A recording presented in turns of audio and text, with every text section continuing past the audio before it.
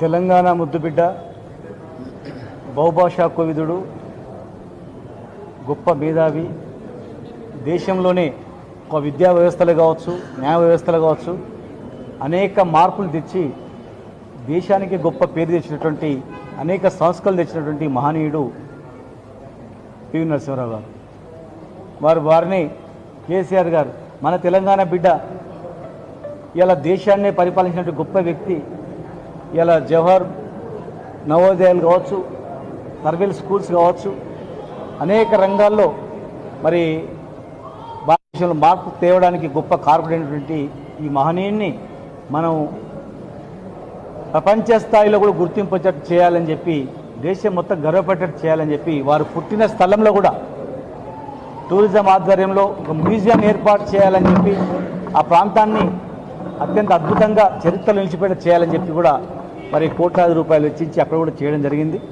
మరి జయంతి, వర్ధంతి ఉత్సవాలను జరుపుకుంటూ వారి కీర్తిని ప్రతిబింబజేసేటట్లు మరి కేసీఆర్ గారి నాయకత్వంలో కార్యక్రమం చేయడం జరిగింది. వారిని ఆదర్శంగా ప్రతి ఒక్కరు కూడా నడుచుకోవాలని, అలాంటి గొప్ప వ్యక్తి ఈ గడ్డలో పుట్టి దేశానికే ప్రధానమంత్రి కావడం అనేది నిజంగా గొప్ప వరంగా మనం భావిస్తూ, మరి ఇంకా పాఠ్యాంశాల్లో వారి యొక్క చరిత్రను పిల్లలకు కూడా తెలిసేటట్లు చేయాలని చెప్పని మరి వారికి గలమైనటువంటి నివాళులు అర్పించుకుంటూ జై తెలంగాణ. జై తెలంగాణ.